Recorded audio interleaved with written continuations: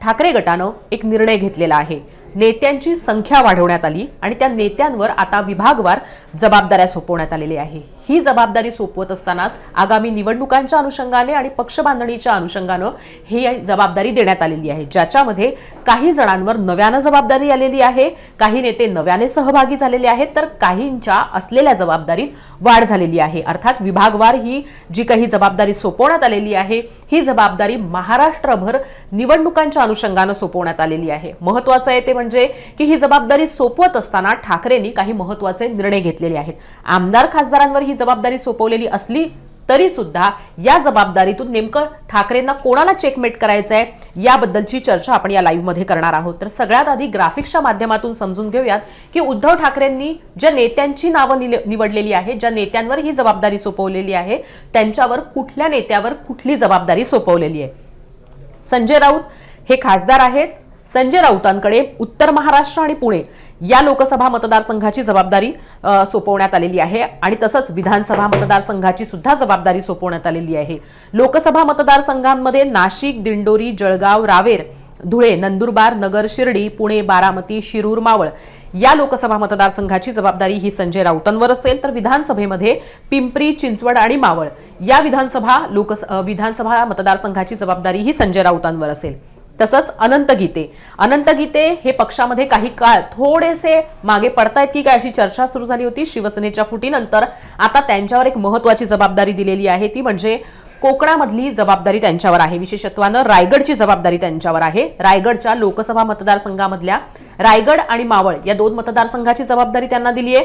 तर विधानसभा निवडणुकीसाठी पनवेल, कर्जत आणि उरण याची जबाबदारी ही अनंत गीते यांच्यावर देण्यात आलेली आहे। आमदार भास्कर जाधव यांच्यावर पूर्व विदर्भाची जबाबदारी देण्यात आलेली आहे। त्यांच्याकडे लोकसभा मतदारसंघाचा विचार केला तर नागपूर, रामटेक, भंडारा, गोंदिया, चंद्रपूर आणि गडचिरोली, चिमूर या लोकसभा मतदारसंघाची जबाबदारी देण्यात आलेली आहे। त्यांच्यावर विधानसभा मतदारसंघाची जबाबदारी तूर्त तरी देण्यात आलेली नाही।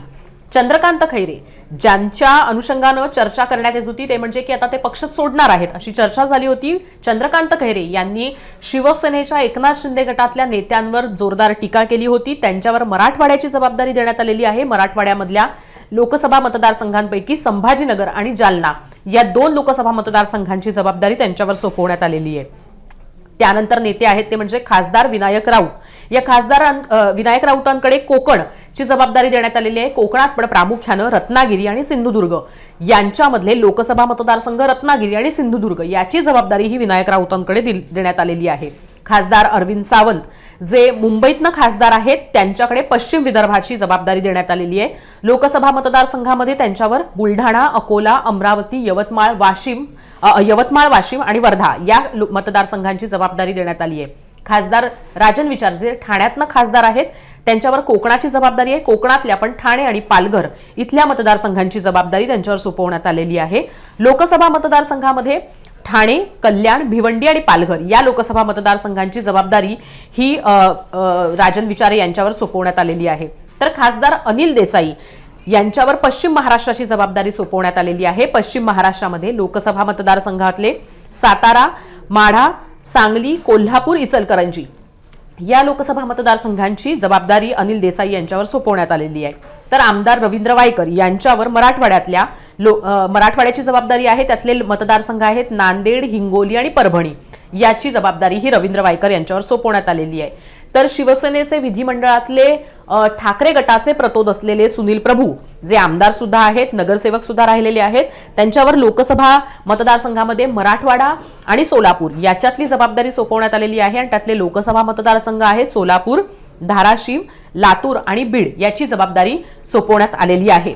आता या 10 नेत्यांची नावं आपण पाहिलेली आहेत। विशेष म्हणजे आपण ग्राफिक्समध्ये आवर्जून एका गोष्टीचा उल्लेख केलेला आहे ते म्हणजे आमदार, खासदार आणि ज्यांच्याकडे सध्या आमदारकी किंवा खासदारकी नाही याचाही उलगडा आपल्या या ग्राफिक्सच्या माध्यमातून होईल। हे ग्राफिक्स तुम्ही स्क्रीनवर पाहतच आहात, पण याच अनुषंगाने आपण चर्चा करणार आहोत ते म्हणजे एक तर ठाकरेंनी निवडणुकांच्या आधी जागाही ठरण्याच्या आधी घेतलेला हा महत्त्वाचा निर्णय आहे। विशेष म्हणजे 10 नेते जर आपण पाहिले तर ठाकरेंच्या सभांमध्ये स्टेजवर व्यासपीठावर दिसणारे हे नेते आहेत। आणखीन एक महत्त्वाची गोष्ट आहे ती म्हणजे ठाकरे गटाची बाजू लावून धरणारे हे नेते आहेत। त्याचबरोबर आणखीन एका गोष्टीचा उल्लेख करायला हवा ते म्हणजे अनिल देसाई आणि एक आपण पाहिलं जर तर अनंत गीते या व्यतिरिक्त बाकी सगळे नेते हे विरोधी पक्षातल्या किंवा महायुतीतल्या नेत्यांना शिंगावर घेत असतात, त्यांच्यावर टीका करत असतात. वोकल असणारे हे नेते आहेत. प्रत्येक नेत्याकडे आपण बघितलं तर वेगवेगळ्या पद्धतीनं वेगवेगळी जबाबदारी बोलण्याची पण आहे आणि महत्त्वाचं म्हणजे त्यांच्याकडे आणखीन एक जबाबदारी आहे ती म्हणजे पक्षाच्या दृष्टीनं ज्या काही कायदेशीर संघर्ष होत आहेत, जी काही पक्षाची मोर्चे बांधणी सुरू आहे त्या अनुषंगानं सुद्धा हे नेते ऍक्टिव्ह असलेले आपण पाहायला मिळतोय. आता याच अनुषंगानं चर्चा करत असताना सुरुवातीचे 2 मुद्दे मी सांगणार आहे आणि त्याच्यानंतर आपण ऋत्विककडे जाणार आहोत. ऋत्विक, खरं तर जे काही दिसतंय त्याच्यानुसार आक्रमक नेते शोधलेले आहेत, पण त्यातही अनिल देसाईंसारखा किंवा मग फारसे न बोलणारे किंवा मग अनंत गीते यांच्यासारखे फारसे आक्रमक न बोलणारे जे नेते आहेत ते आपण या सगळ्यामध्ये पाहतो. महत्वाचा मुद्दा आहे तो म्हणजे की या 10 नेत्यांमध्ये म्हणजे नेत्यांची संख्या वाढवली. शिवसेनेमध्ये नेते पदावर असणं ही एक महत्वाची जबाबदारी आहे. त्यांची संख्या वाढवण्याचा निर्णय हा ठाकरेंनी घेतला आणि इतकंच नाही तर आता जबाबदारी दिलेली आहे ती म्हणजे निवडणुकांच्या अनुषंगानं. या निवडणुकांच्या अनुषंगानं जेव्हा जबाबदारी दिलेली आहे 2 मुद्दे म्हणजे की या नेत्यांना आपापले जे विभागवार मतदारसंघ आहेत ते विभागून दिलेले आहेत. शिवसेनेच्या सामना मुखपत्रामध्ये ही गोष्ट छापून आलेली आहे. हे सांगण्याचं कारण म्हणजे एकदा जबाबदारी दिली की मग ती गोष्ट कायम होते किंवा आपण म्हणूयात की तिथल्या कार्यकर्त्यांना तो एक प्रकारचा संदेश असतो की आता हे नेते तुमची जबाबदारी घेणार आहेत किंवा निवडणुकांच्या अनुषंगाने तुम्हाला यांना रिपोर्ट करायचं आहे. जसं मी म्हटलं त्याप्रमाणे 2 मुद्दे, एक म्हणजे निवडणुकांच्या अनुषंगाने घेतलेली ही जबाबदारी दिलेली ही जबाबदारी आहे आणि दुसरं म्हणजे पक्ष बांधणीसाठी सुद्धा दिलेली ही जबाबदारी आहे. आता आपण ऋत्विककडे जाऊयात की निवडणुकांच्या अनुषंगाने म्हणजे जे काही नेत्यांची यादी आपण पाहिली, जे काही त्यांच्याकडे लोकसभा किंवा विधानसभा मतदारसंघ आहेत ते आपण पाहिलं, त्याच्यानुसार या निवडणुकांच्या अनुषंगानं किंवा कुणाला रोखण्यासाठी या नेत्यांची निवड झालेली आहे आणि कशा पद्धतीनं कुठल्या मतदारसंघामध्ये कुठल्या पक्षाच्या नेत्याला रोखण्यासाठीची जबाबदारी दिलेली आहे आणि विशेष म्हणजे या नेत्यांची जेव्हा निवड करण्यात आलेली आहे त्याच्यामागे काय विचार किंवा कशा पद्धतीने विचार करून ही नेमणूक केलेली आहे याचे काही इन्साइट्स आहेत का ऋत्विक? हर्षदा, जसं तू आत्ता एक्सप्लेन केलं की कुठल्या नेत्याला कुठली नवीन जबाबदारी देण्यात आलेली आहे, प्रामुख्याने हे सर्व जे नेते आहेत हे ऑलरेडी शिवसेना पक्ष संघटनेच्या नेतेपदी त्या ठिकाणी त्यांची जबाबदारी त्यांना दिलेली आहे. अर्थात मधल्या काळात म्हणजे काही दिवसांपूर्वीच कार्यकारिणी जी राष्ट्रीय कार्यकारिणी आहे शिवसेना उद्धव बाळासाहेब ठाकरे पक्षाची याचं विस्तारीकरणसुद्धा झालेलं होतं आणि यामध्ये युवा सेनेतून काही युवा नेते जे आहेत यांना मूळ मदर संघटनेमध्ये घेण्यात आलं आणि त्यांनासुद्धा काही महत्त्वाच्या जबाबदाऱ्या देण्यात आलेल्या होत्या.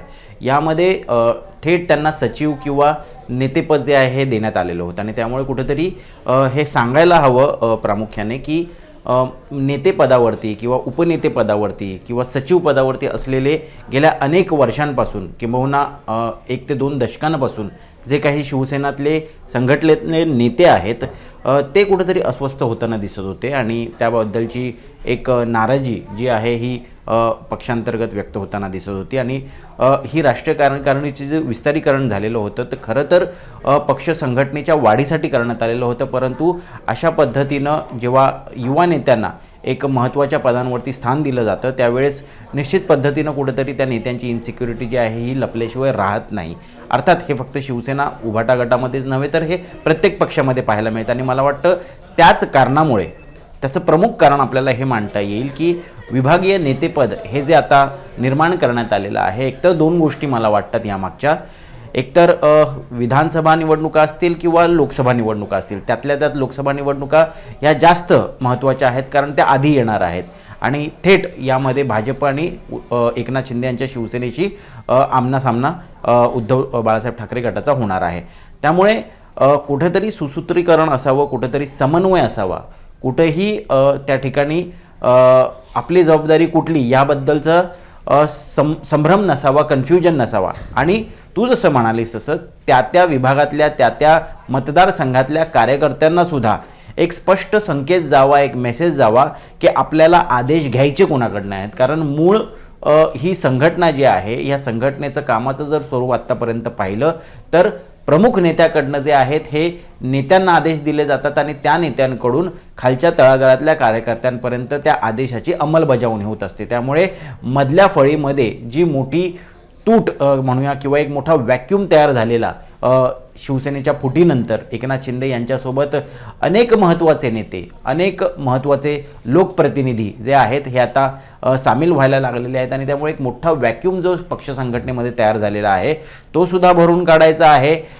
नेमक्या जबाबदाऱ्या ज्या आहेत ह्या सुद्धा वाटून द्यायच्या आहेत आणि कोणीतरी आन्सरेबल असावं एखाद्या गोष्टीसाठी, अशा पद्धतीची ही नेमणूक जी आहे ही मला वाटतं करण्यात आलेली आहे. आणि त्यामुळे ज्या पद्धतीनं भाजप असेल किंवा शिवसेना असेल किंवा आता अजित पवार गट असेल राष्ट्रवादी काँग्रेसचा, हे ज्या पद्धतीनं लोकसभा निवडणुकीच्या तयारीला लागलेले आहेत, किंबहुना आपण काँग्रेसचं किंवा शरद पवार गटाचा सुद्धा त्या ठिकाणी उल्लेख केला तर त्याला काय हरकत नसावी.